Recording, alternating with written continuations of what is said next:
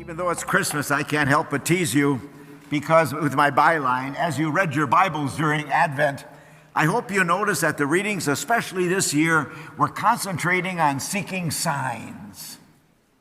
Because as you hear me say all the time, the Bible is not about people long ago, it's about us. It's within our human nature that we are insecure and we look for signs. We want signs that people around us love us. We look for signs that God's in our life. We're constantly seeking signs. And again, that's not bad. That's just part of who we are. I talked about that during Advent, that I once saw a big billboard on the top of a very tall building that said, "If you want a sign from God, this is it." So we seek signs, and it's all around us. In our culture, many of the songs that become popular are songs asking for signs. In the 1960s, both It's the Signs of the Times by Petula Clark and Signs by Neil Diamond. They both end by concluding that some of us will never pay attention closely enough to know when they are speaking to us. 1971, Sign, Sign, Everywhere a Sign by the Five-Man Electrical Band. 1980s, Looking for a Good Sign by Hall and Oates. 1985, Warning Signs by Coldplay. 1990, the Foo Fighters, The Sign. 1993, the Ace of Base, I Saw the Sign. I saw the sign, it opened up my eyes, I saw the sign. 1996, Christian rock, Stephen Curtis Chaplin, Signs of Life. 2017, Signs of the Times by Harry Styles. So we're looking for signs, and that's what this celebration is all about. It's the sign of God's love. So with that foundation, I thought I would base my homily on an old story about three clergymen in a town wanted to do an ecumenical gesture together.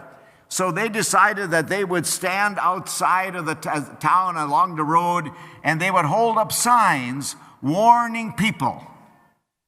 Warning people. So I brought the signs along this morning.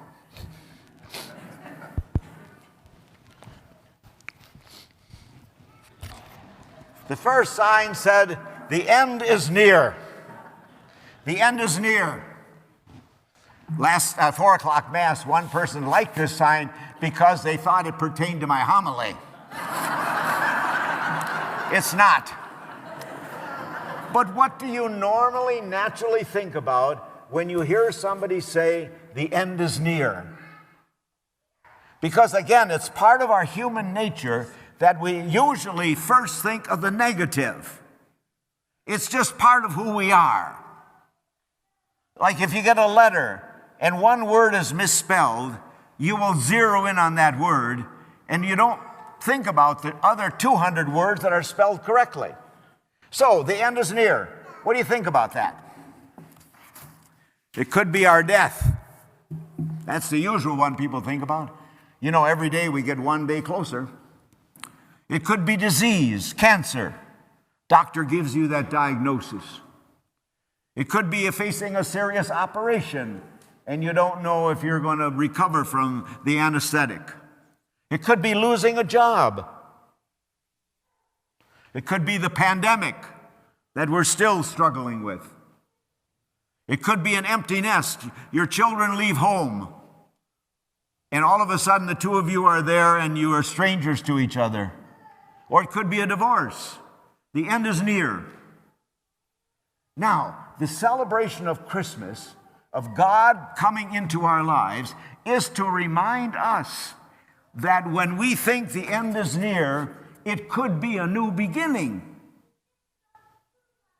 So with those illustrations, you could be starting a better job. Death is really going to a better place, according to our belief. Or we could learn to end our own violence and our anger. Or we could learn from the quarantine to be more caring about one another. We could discover a new or a better relationship with somebody else. The end is near is not just a negative. Again, with the rebirth of Christ in our lives, it could become a more positive thing. The second clergyman held up the second sign. Turn yourself around before it's too late.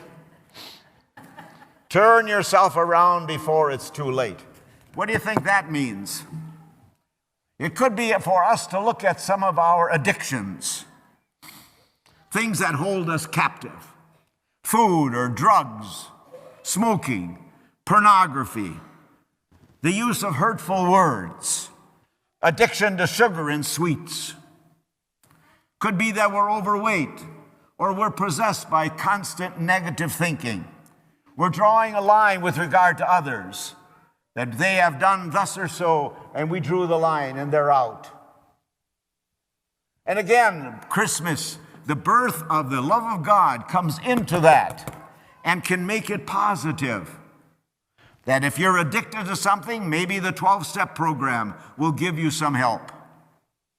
Or it could be a greater realization about ourselves and how we can really improve. It could be a desire to change. But remember, change is one day at a time. And even if you make a resolution to do something and you miss a day, don't give up.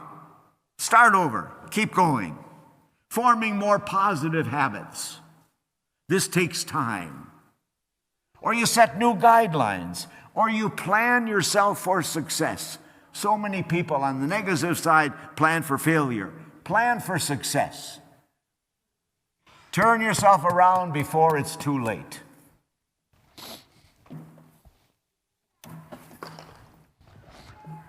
The third clergyman held up this sign. Stop. You will regret where you are headed. Stop. You will regret where you are headed. Have you ever had a problem with somebody and your immediate reaction was to react without thinking? Or you tried to change other people? People that you live with, you work with, your neighbors, you try to change them. Or you presume you know why others say and do the things they do. You'll regret where you are headed. And again, the presence of God, the presence of love, comes into those situations and can completely turn them around. Instead of reacting, you count to 10 and think and respond. Realizing that you can't change anybody else. That our goal in life is to accept people as they are. Or you might see the problem from their perspective. Do you ever get in an argument with somebody and you don't understand why they think the way they think? Don't presume it. Try to understand their perspective. And we never know what is behind other people's comments or actions. Again, we don't know where they're from. So the whole message of Christmas is that the love of God comes into those situations, but we have to accept it. God respects our free will. If you don't want to grow or deepen your relationship with God or others, God will never force us. We are called to be reborn through the rebirth of Jesus within us.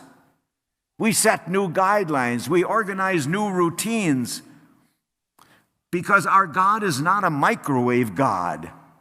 We want things instantly. We want to pray. We want an answer today.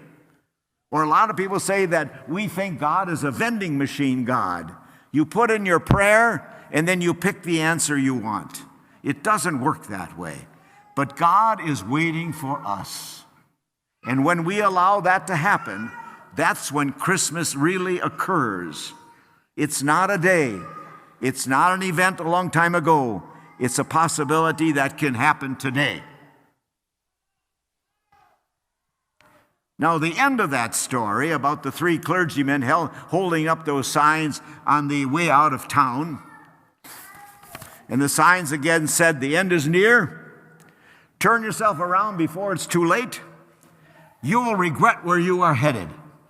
Well, a car zoomed by, and the people called out, "What a bunch of religious nuts."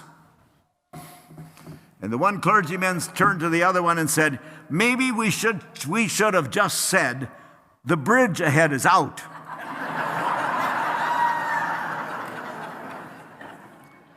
The bridge is Jesus, and he's never out.